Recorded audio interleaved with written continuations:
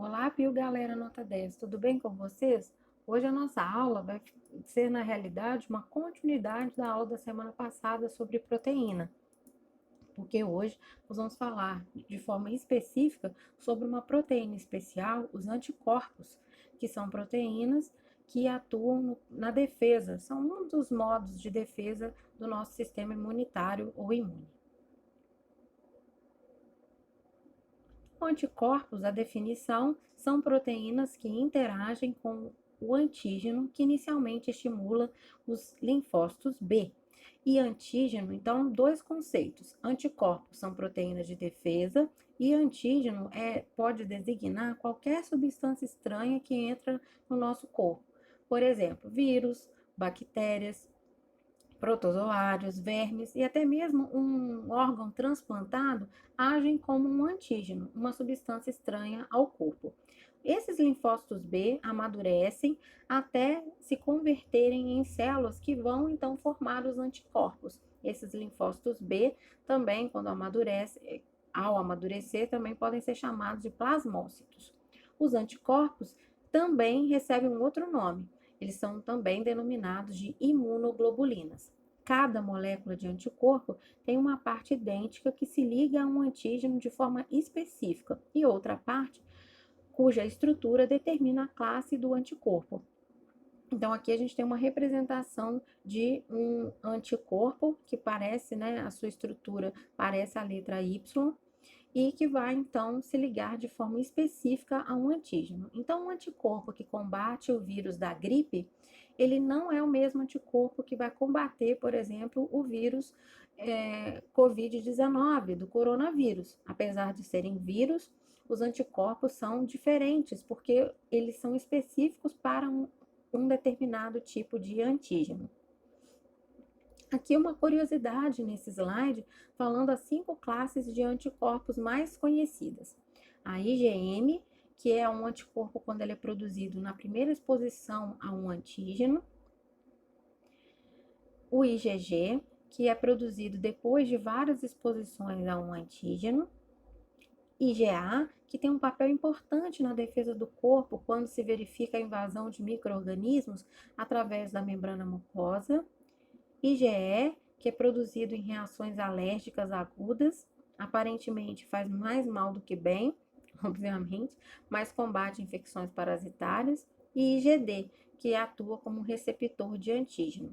Não precisa decorar essas 5 classes de anticorpos, mas isso é uma curiosidade, porque às vezes pode aparecer, ainda mais agora, nesses tempos de pandemia, aparece alguma reportagem esses termos, então vocês sabem que a partir de agora apareceu as palavras IgG, IgM, são classes então de anticorpos das nossas proteínas de defesa. E agora, em relação a vestibulares, a Enem, é muito importante vocês saberem os tipos de imunidade natural e artificial, passiva e ativa. Então, primeiramente, vamos aqui identificar o tipo de imunização chamada de passiva e natural. Passiva porque você vai receber os anticorpos prontos, você não vai produzir.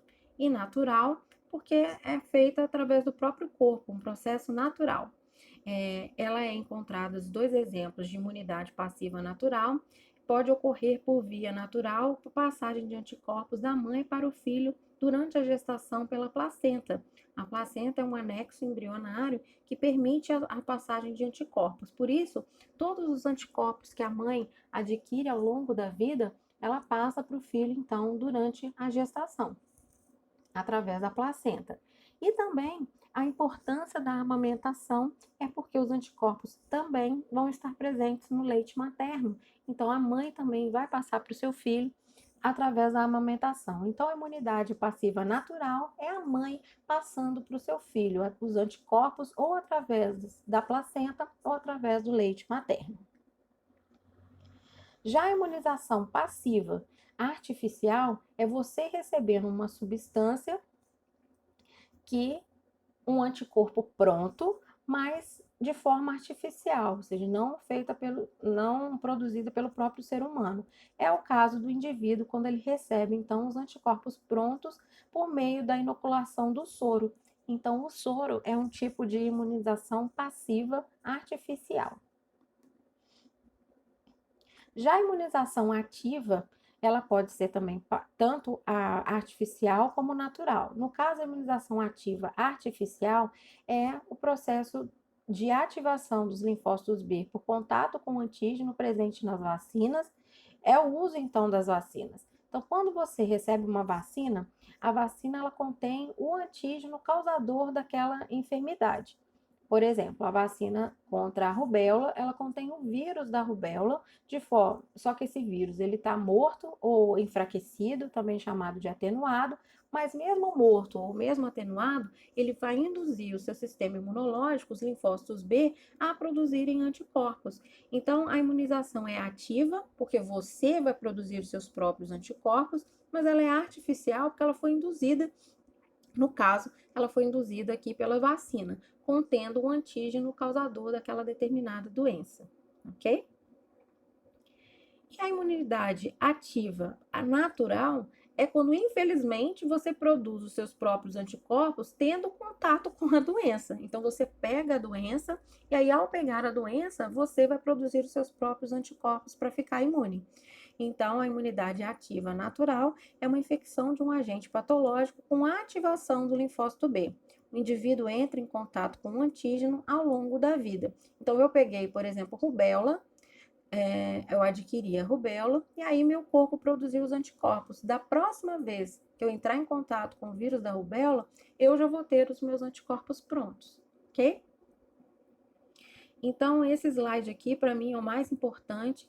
Vocês printem ele, copiem ele no caderno, porque é muito importante saber as diferenças, então, entre soro e vacina. Então, a primeira diferença é em relação ao tipo de imunização. A vacina é uma imunização ativa e o soro é uma imunização passiva.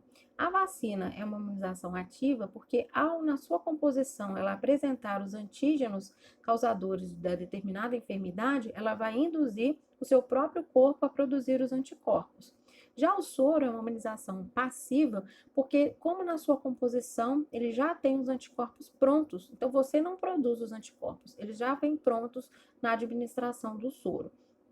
A vacina, ela tem um processo de duração longa, já o soro, ela tem uma imunização apenas imediata, temporária. Se você, por exemplo, for picado por uma cobra venenosa e administrar soro em você, ele só vai combater o veneno da cobra e depois a sua ação vai cessar. Se você for picado novamente pela cobra, você vai ter que tomar soro de novo, porque ele não tem uma duração duradoura. Já a vacina não. A duração é duradoura, você toma a vacina, algumas têm reforço, e depois você fica imunizado para a vida inteira, ok? Bom, infelizmente, né, nós estamos longe, mas cheios de saudade. Isso vai terminar, vai passar logo e a gente vai se encontrar. Mas por enquanto, hoje, essa foi a nossa aula sobre proteínas especiais, os anticorpos. Até a próxima semana, com muita saudade. Beijo!